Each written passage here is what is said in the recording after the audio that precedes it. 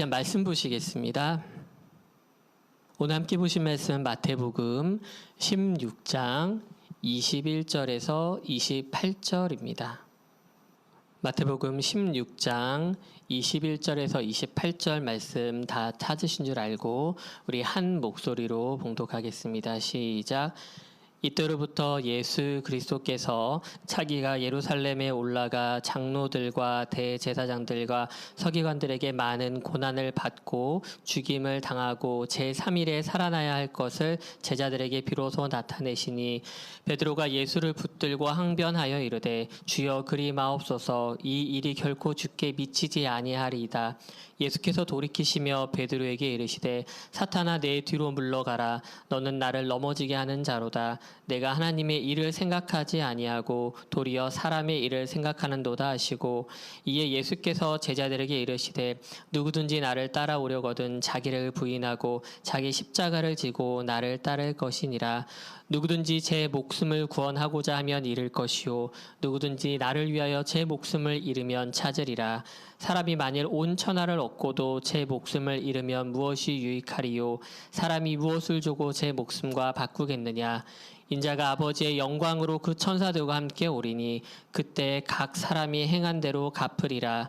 진실로 너에게 이르노니 여기 서 있는 사람 중에 죽기 전에 인자가 그 왕권을 가지고 오는 것을 볼 자들도 있느니라. 아멘. 아이들하고 같이 지내다 보면은 참 여러 가지를 의외로 제가 배우게 됩니다. 이미 나이가 든다고 느끼는 순간 중에 하나가 아이들의 시선하고 저의 생각, 저의 시선이 좀 달라질 때 좀 느껴지지 않나 싶습니다. 제가 어디 나갔다 오거나 또는 집에 함께 있어도 제 일 때문에 바빠서 아이들하고 같이 못하게 될 때 혹은 가족들하고 온전히 차에서 같이 이동할 때면은 유난히 아이들이 저에게 말을 많이 겁니다. 대부분 이런저런 자신들이 궁금했던 거를 물어보는 게 많고요. 아니면은 자기들이 책이나 또는 유튜브 같은 데서 알게 된 새로운 내용들 그런 걸 막 알려주려고 합니다. 얼마나 말이 많은지 아마 여러분 잘 모르실 거예요. 정말 쉬지 않고 1시간 동안 얘기합니다. 아빠 그거 알아요? 아빠 이건 뭐예요? 아빠 저건 왜 저래요? 하면서 정말 참새처럼 옆에서 얼마나 조잘거리는지 모릅니다. 몇 주 전엔가 큰아이가 이런저런 얘기를 하다가 저에게 물어보더라고요. 아빠, 사람이 어떻게 걸을 수 있는 줄 알아요? 어떻게 걷냐고 묻더라고요. 제가 사실 어떤 의도인지 잘 몰라가지고 그냥 발이 움직이면 몸으로 균형을 잡을 수 있기 때문 아닐까? 라고 그냥 대충 대답을 했어요. 그랬더니 아들이 그게 아니라면서 대답을 해주더라고요. 한 발을 떼고 넘어지기 전에 다른 발을 내딛기 때문에 사람이 걸을 수 있다고 합니다. 라고 답을 해주더라고요. 걸을 수 있다고. 그래서 제가 정답이네 라고 댓글을 해주었습니다. 짧은 답이었지만 한동안 제 머릿속에서는 그 대답이 떠나지 않았습니다. 걷는다는 것, 앞으로 나아간다는 것은 사실 좀 늘 불안하고 때론 위험하지만 또 그 순간에 또 다른 발을 내딛기 때문에 결국 넘어지지 않고 한 걸음 나아가는 것 같습니다. 그러면서 그 얘기를 나눈 이후에 제 삶과 또 우리 교회를 좀 돌아보게 됐습니다. 이곳 내포에 교회를 개척하기 위해서 이사를 하고 새로운 일을 시작할 때는 사실 기대감도 있었지만은 인간적인 불안감도 같이 있었습니다. 마치 보이지 않는 길을 걷는 그런 느낌? 아내와 한 번은 이런 얘기를 했었습니다. 언제쯤 우리는 좀 편안하게 안주하면서 살 수 있을까? 왜냐면은 우리가 좀 무언가 좀 안정이 될 때쯤 되면 이사를 하거나 뭔가 좀 안정이 된 것 같을 때 하면은 새로운 일을 시작하거나 하면서 지금까지 살아왔기 때문입니다. 그런 면에서 가장으로서는 참 아내와 아이들이 좀 미안합니다. 이곳에 와서 좀 안정이 되었나 싶을 때 우리 함께 세우는 교회 예배당을 얻고 또 한 걸음 나아갔습니다. 어떤 길이든지 간에 매번 새로운 길이다 보니까 아직까지 좀 우왕좌왕하고 좌충우돌할 때가 있습니다. 어제 제 전화기에 좀 불이 났습니다. 제 전화기가 거의 가수면 상태의 전화기인데 어제 따라 전화하고 카톡으로 인사를 전해오신 분들이 많았습니다. 왜냐하면은 지난 한 해 동안 우리 교회가 세워지는데 함께 해주신 감사한 분들께 교회 이름으로 떡을 좀 보내드렸기 때문입니다. 원래 교회가 인사를 받아야 하는데 제가 대표로 받았습니다. 우리 교회는 작년에 이어서 올해도 우리 교회에 정기적으로 혹은 일시연금 등으로 후원해 주시는 교회와 성도님들에게 작은 선물을 보내드렸습니다. 사실 우리 교회의 규모와 예산을 생각해 보면 사실 적지 않은 지출이었습니다. 하지만 반대로 한 해 동안 받은 사랑과 기도 그리고 귀한 헌금을 생각하면 사실 그것도 좀 부족하다는 생각이 듭니다. 교회를 개척하면서 선배 목사님 한 분께서 그런 말씀을 해주셨습니다. 개척교회다 보니까 힘들고 어렵겠지만 매달 후원해 주시고 기도해 주시는 분들께 1년에 한 번이라도 좀 모시고 근처에 좋은 온천 있는 걸로 알고 있는데 목욕도 하고 식사도 좀 대접하라고 그렇게 권유를 해 주시더라고요. 마음 같아서는 모든 분들을 모시고 싶지만 그렇게 할 수 없기 때문에 이렇게 감사의 말씀을 마음만 전했습니다. 또 지난주에 제가 이제 좀 늦었긴 한데 이번에는 성탄절 헌금하고 또 한 주간의 주일 헌금을 모아서 우리 저쪽 언덕 위에 있죠. 홍푸급 주민자치센터를 방문해서 성금을 내고 왔습니다. 교회 이름으로 잘 전달했습니다. 정말 감사한 것은 떡을 보내는 일 그리고 이렇게 성금을 모아서 보내는 일이 작년보다 조금이라도 더 많이 했다는 것입니다. 주민자치센터 담당자께서 또한 떡을 보냈을 때 저에게 연락 주신 많은 교회의 담당자들, 목회자들 또는 성도님들이 제가 대신해서 인사를 받았는데 사실 우리 교회에 함께 세우는 교회 성도님들이 하신 겁니다. 제가 한 것이 아닙니다. 저는 이런 연말 연시 일을 겪으면서 다시 한번 이렇게 또 한 걸음 나아가는구나라는 생각을 했습니다. 그래서 정말 멈추지만 않으면 혹시 넘어지더라도 좀 불안하더라도 나아간다고 믿습니다. 사랑하는 성도님들도 같이 계속 믿음의 길을 걸어가시길 주님의 이름으로 축원합니다. 지난주 우리는 마태복음 16장 13절에서 20절까지 말씀을 살펴보았습니다. 빌립보 가이사랴 땅에서 울려 퍼진 베드로의 고백은 많은 사람들과 그 결이 달랐습니다. 사람들이 자신들의 상황에 맞춰서 혹은 기대감에 맞춰서 예수를 평가하고 말했다면 베드로는 자신이 체험하고 경험한 그리스도 예수를 고백했습니다. 그리고 예수님은 마치 화답하듯이 그러한 베드로의 고백 위에 교회를 세우시고 천국 열쇠를 주신다고 말씀하셨습니다. 그 고백을 하고 나서 예수님께 그런 얘기를 들은 베드로는 아마 가슴이 굉장히 쿵쾅쿵쾅했을 것 같아요. 사람이라는 게 사실 좀 그럴 때 있지 않습니까? 애들 말로 자뻑이라고 하죠. 근데 이것도 사실 좀 옛날 말이고 요즘은 나 자신에게 취한다라고 하더라고요. 나 자신에게 취한다. 아무튼 내가 뱉어놓고도 멋진 고백이었다라고 베드로는 느꼈을지도 모릅니다. 물론 예수님이 그럴까봐 사람의 힘으로 알게 된 것이 아니라 바로 하늘 아버지께서 알게 하셨다라고 말씀하십니다. 이 장면에서 베드로만 부각되는 것 같으나 사실 이것은 제자들을 대표한 것일 뿐 모든 제자들도 같은 마음이었을 것입니다. 예수님께서 천국 열쇠를 주신다고 하니까 얼마나 기대감에 찼을까요? 내가 매면은 하늘에서도 매이고 내가 풀면 하늘에서 풀린다니까 그 얼마나 대단한 권력입니까? 이제 남은 것은 사람들이 이러한 것들을 알아볼 수 있게 내가 가진 이 천국 열쇠를 알아볼 수 있게 내가 가진 이 권력과 권세를 알아볼 수 있게끔 사람들이 많은 곳으로 가서 널리 알림을 하면 되는 것이었습니다.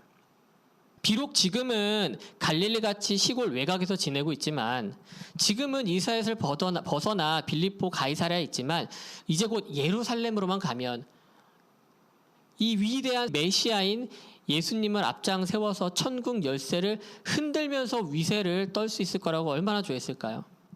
마치 당첨된 복권을 확인하고 은행으로 찾아가기 직전의 마음이 아니었을까요? 그런데 21절에서 기막힌 반전이 일어납니다. 21절 말씀입니다. 이때로부터 예수 그리스도께서 자기가 예루살렘에 올라가 장로들과 대제사장들과 서기관들에게 많은 고난을 받고 죽임을 당하고 제3일에 살아나야 할 것을 제자들에게 비로소 나타내시니 이때로부터 즉 베드로가 확실히 예수가 그리스도라는 걸 알고 그 고백한 시점을 기점으로 라는 뜻입니다. 이때로부터라는 장면 전환에 사용되는 이 말은요. 마태복음에서 단 2번 나옵니다. 그 중에 한 번이 바로 오늘이고 한 번은 마태복음 4장입니다. 마태복음 4장 17절 말씀입니다. 이때부터 예수께서 비로소 전파하여 이르시되 회개하라 천국이 가까이 왔느니라 하시더라. 침례 요한이 길을 닫고 그리고 침례요한에게 침례를 받으신 후 마귀의 시험을 이기시고 드디어 때가 되었을 때 이 큰 전환의 말을 통하여서 예수님의 사역이 비로소 시작되는 것입니다. 그리고 두 번째가 바로 오늘 본문 21절에 나옵니다. 그런데 이 대전환의 방향이 제자들의 기대와는 완전히 다릅니다.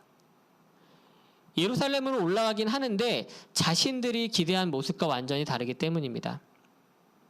헬라어는요, 우리말처럼 사실 주술 순서가 명확하지 않습니다.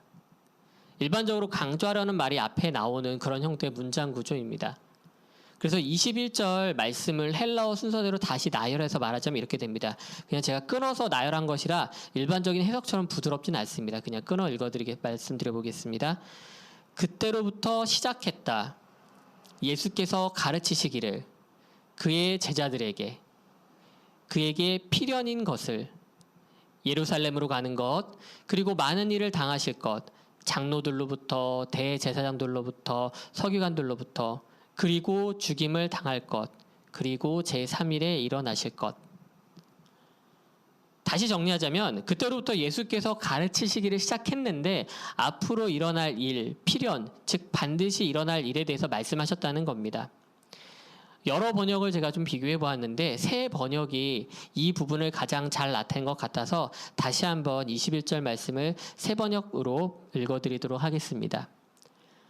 그때부터 예수께서는 자기가 반드시 예루살렘에 올라가야 하며 장로들과 대제사장들과 율법학자들에게 많은 고난을 받고 죽임을 당해야 하며 사흘째 되는 날에 살아나야 한다는 것을 제자들에게 밝히기 시작하셨다. 잘 보시면 개역개정과 다르게 반드시라는 부사가 들어있고 올라가야 하며 죽임을 당해야 하며 라는 말들과 호응되는 형태로 되어 있습니다. 이것은 이미 결정된 일이고 꼭 일어날 것인데 이제야 너희들에게 알려준다는 것입니다. 요즘 말로 예수님께서 앞으로 일어날 일을 스포하신 거예요. 이게 만일 주인공이 죽는 드라마라면은 시청자들은 이렇게 스포일러가 나왔을 적에 정말 벌떼처럼 일어나서 막 방송국에 푸시해서 게시판에 글 써가지고 어떻게든 결론을 바꾸려고 했을 것입니다. 주인공이 죽는 드라마 누가 좋아하겠어요? 그런데 주인공 대신 예수님이 강력한 스포일러를 하실 뿐 아니라 반드시 일어나야 한다는 것을 강조하고 계신 것입니다. 예수님이 이렇게 말씀하시자마자 앞서 최고의 고백을 했던 베드로가 역시나 가장 먼저 반응을 보입니다. 우리가 보는 성경에는 예수를 붙들고 항변했다라고 좀 얌전한 표현으로 나오는데 원래는 훨씬 더 강력한 말입니다. 영어 성경에서는 이 부분을 공통적으로 리부크라고 하는 단어를 사용했습니다. 번역하자면 힐책하다, 꾸짖다라는 뜻입니다. 우리말 번역에도 여러 가지가 나왔는데 역시 새 번역이 가장 직설적으로 번역한 것 같습니다. 거기는 뭐라고 나오냐면요. 대들었다라고 번역합니다. 예수님께 대들었다라고 말합니다. 우리말에는 항변하여 이르되라고 나오지만 실제로는 꾸짖기 시작했다. 비난하기 시작했다. 책망하기 시작했다라고 보는 게 맞습니다. 즉 일회성으로 그친 게 아니라 계속해서 이 문제에 대해서 예수님께 베드로가 막 책망하고 비난하고 꾸짖듯이 이야기를 했다는 겁니다. 근데 이것은 앞서 말씀드린 대로 베드로 한 명에게 그친 분위기가 아닙니다. 예수님을 둘러싼 제자들을 대표해서 베드로 이름만 언급된 것이지 실제로 모든 제자들의 상태를 대변하는 것이라고 볼 수 있습니다. 방금 전까지 그 화기애애했던 분위기는 완전히 삽시간에 얼어붙고 말았습니다. 예수님은 거기다 결정적인 말 한마디를 던지십니다. 23절 말씀입니다.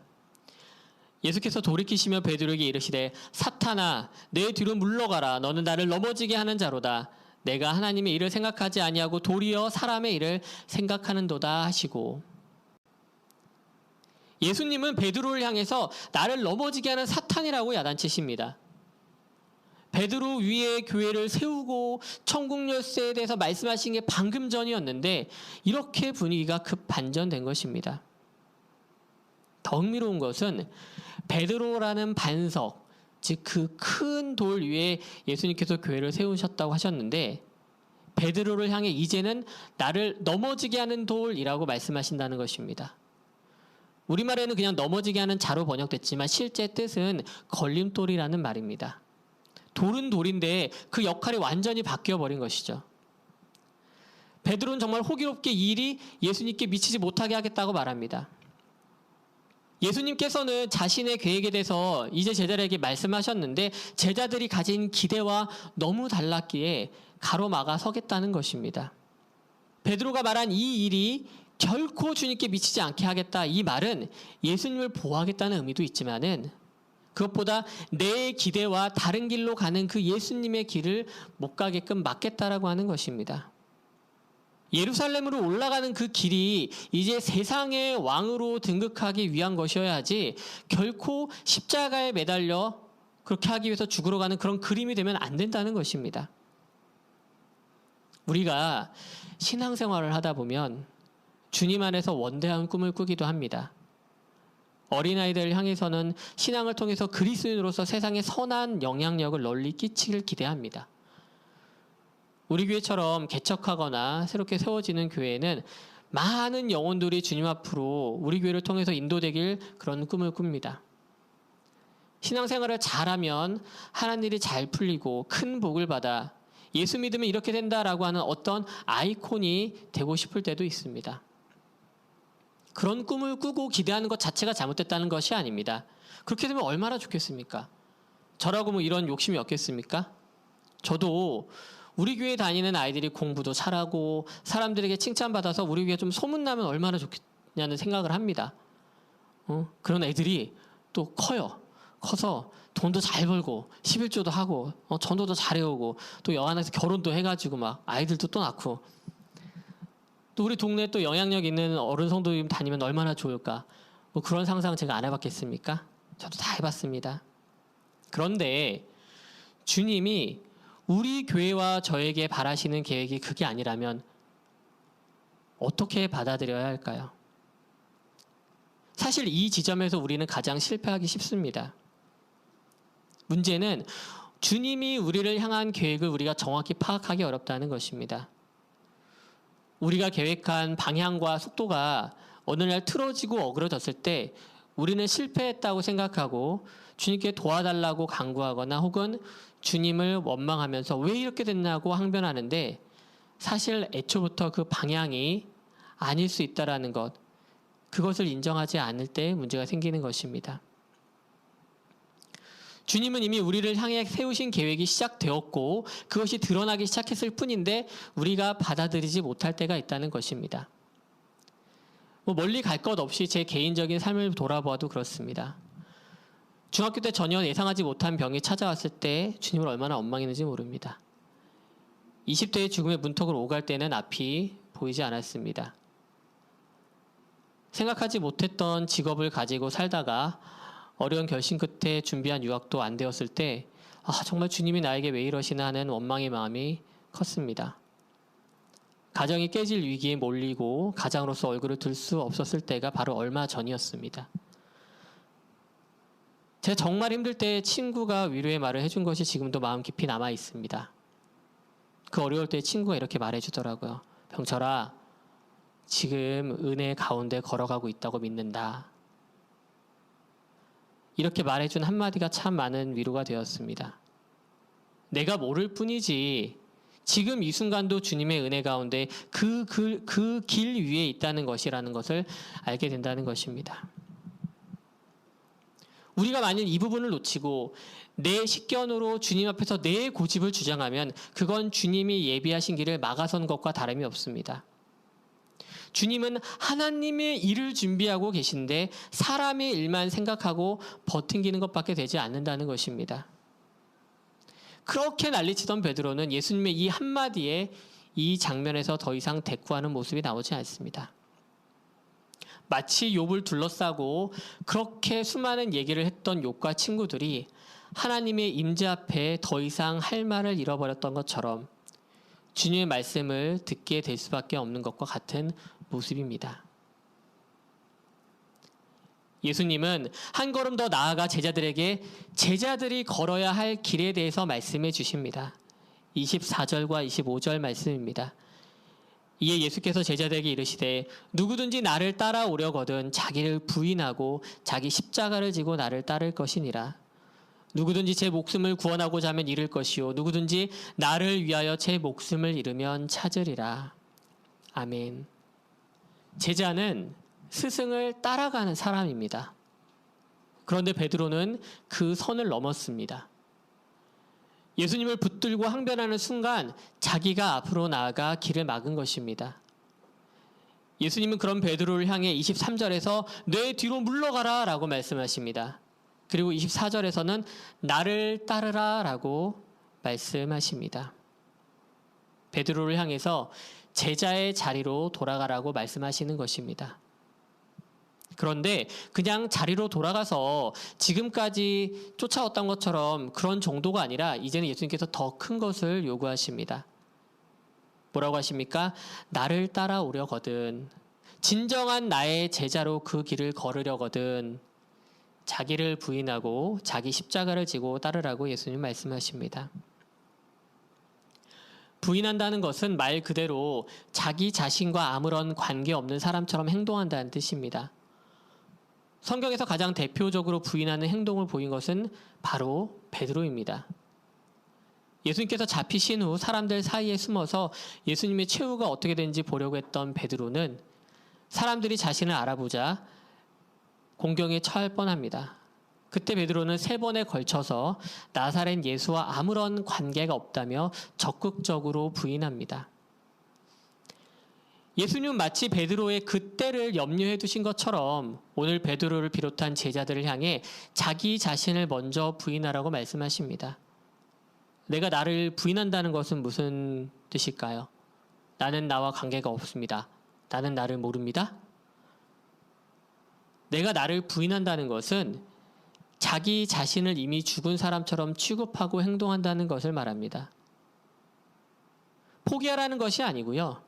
자기 중심적인 태도에서 벗어나야 앞서서 끌어주시는 스승 되신 주님의 말씀이 채워지고 그대로 살아갈 수 있다는 것입니다. 우리가 우리를 부인하여서 비워진 상태에 그 자리에 들어갈 것은 자기 십자가를 지는 것입니다. 지금 우리가 교회마다 붙어 있고 혹은 또 목에도 장식하기도 하는 이 십자가는 우리가 지금 느끼기로는 영광을 나타내고 하나님의 능력을 보는 것 같습니다. 우리는 십자가를 볼 때면 독생자를 내어주기까지 우리를 사랑하신 그 크신 하나님의 사랑을 생각합니다. 하지만 예수님 당시 십자가는 가장 치욕스럽고 고통스러우며 끝내 죽음에 이르는 것을 의미했습니다. 예수님께서는 때가 되어서 자신의 계획을 말씀하실 때 마지막에 하신 말씀이 무엇이었습니까? 바로 자신이 죽는다는 것이었습니다. 제3일에 살아날 것도 같이 말씀하셨지만 이미 제자들의 귀에는 제대로 들어오지 않는 상태였습니다. 그런데 이번엔 뭐라고 하십니까? 제자들도 죽어야 할 것이라고 말씀하시는 것입니다. 그런데 더 아이러니한 것은 누구든지 자기 목숨을 구하고자 하면 잃게 된다고, 예수님 때문에 그리고 목숨을 잃게 되면 도로 찾게 된다고 말씀하시는 것입니다. 그러면서 그 목숨이라는 것이 온 천하보다 귀하다며 사람이 그 목숨을 무엇과 바꿀 수 있겠냐며 질문을 던지십니다. 이 부분을 읽을 때 딱 한 번에 잘 이해가 되지 않습니다. 그래서 25절과 26절을 순서를 바꾸어서 한번 제가 생각해 보았습니다. 25절과 26절을 순서를 바꿔서 살펴보면 이렇습니다. 예수님이 제자들에게 말합니다. 너희들 그거 혹시 아니? 사람들에게 가장 중요한 게 뭘까? 바로 목숨이야, 목숨. 온 세상을 다 가졌어도 목숨을 잃으면 다 잃은 것입니다. 이렇게 말씀하시는 거예요. 그러니 사람이 무엇을 가지고도 목숨과 바꿀 수 없다. 그런데 사람이 스스로 목숨을 구하려고 해도 결국 죽음을 피할 수 없다. 하지만 그 목숨을 그리스도인 나에게 맡기면 내가 도리어 생명을 주겠다. 사람의 일은 사람의 일입니다. 사람의 생각과 능력을 벗어날 수 없습니다. 우리의 결론은 결국 죽음입니다. 하지만 하나님의 일은 다릅니다. 인생을 향한 하나님의 생각은 평안과 생명 그리고 구원입니다. 사랑하는 성도 여러분, 제자의 길을 간다는 것, 예수님을 따라 산다는 것이 당장 우리 눈에 보기에는 내 모든 것을 부인하고 고난의 십자가를 지는 것 같으나 주님께서 다 갚으시고 보전하시며 도리어 든든히 지켜주시는 길임을 믿으시기 바랍니다. 아버지의 영광 가운데 오실 주님께서 책임져 주시는 그런 복된 길임을 믿으시기 바랍니다. 세계적인 복음주의 신학자 존 스토트라고 하는 분이 계십니다. 존 스토트는 죽음을 앞둔 88세에 마지막 책 제자도라는 책을 내놓습니다. 그가 마지막까지 고민했던 문제는 그리스도의 제자로서의 삶과 그 길을 제대로 걷고 있는가 하는 것이었습니다. 그는 책을 시작하기 전에 머릿말에서 이렇게 말합니다. 보통 우리는 선택적인 태도를 취함으로써 철저한 제자도를 회피한다. 적당히 헌신할 만한 영역들은 골라내고 대가가 들 것 같은 영역들은 피한다. 하지만 예수님은 주님이시다. 우리에게 복종할 영역들을 취사 선택할 권리가 없다. 존 스토트는 우리가 진정한 제자도를 걷기 위한 8가지 핵심 내용을 이 책에서 정리하는데 가장 먼저 불순응을 뽑습니다. 이 세상을 지배하고 있는 다원주의, 물질주의, 윤리적 상대주의, 나르시즘 같은 이 거대한 도전에 맞서는 행동을 보이는 것, 그것을 불순응이라고 합니다. 제자의 길은 예수님이 먼저 가신 길이자 방금 언급해드린 이런 것들과 반대되는 길입니다. 그 다음에 해야 할 일은 그리스도를 닮아가는 것이라고 말합니다. 그리스도를 닮아가는 것이 우리를 부르신 하나님의 목적과 뜻이며 또한 제자라면 응당 그렇게 살아야 하는 그것입니다. 다른 것들을 다 언급하기 어렵지만 이 2가지는 우리가 기억했으면 좋겠습니다. 세상 풍조에 불순응하는 것, 즉 자기를 부인하고 도리어 십자가를 지는 행동입니다. 그렇게 비워진 내 자신을 그리스도를 담는 그릇으로, 그리스도를 닮아가는 모습으로 나아가길 원합니다. 사랑하는 성도 여러분, 이 제자도를 같이 따라가기 원합니다. 예수님께서 따라오라고 하십니다. 제자도의 길 역시 한 걸음 떼고 나면 순간 불안하고 넘어질 것 같으나 주님께서 다음 걸음을 내딛게 해주십니다. 그러면 다시금 균형을 잡고 이 넘어질 듯한 위기를 넘어 한 걸음 나아가게 되는 줄 믿습니다. 주님과 함께 먼저 가신 그 길을 따라가는 복된 저와 여러분이 되길 주님의 이름으로 축원합니다.